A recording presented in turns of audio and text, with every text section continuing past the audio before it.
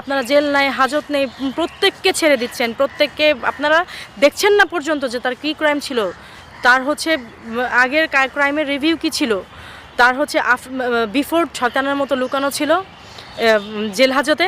আপনারা এখন সেই সব বের করে দিয়ে আপনারা কি করছেন জানেন?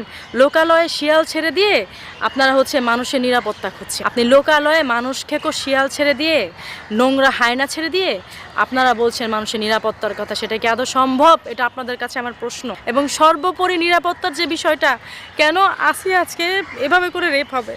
কেন একজন প্রেগনেন্ট মহিলা এভাবে করে রেপ হবে? জবাব দেন আপনারা। এটা আপনাদের কাছে আমার কোয়েশ্চেন। কী কারণে হবে?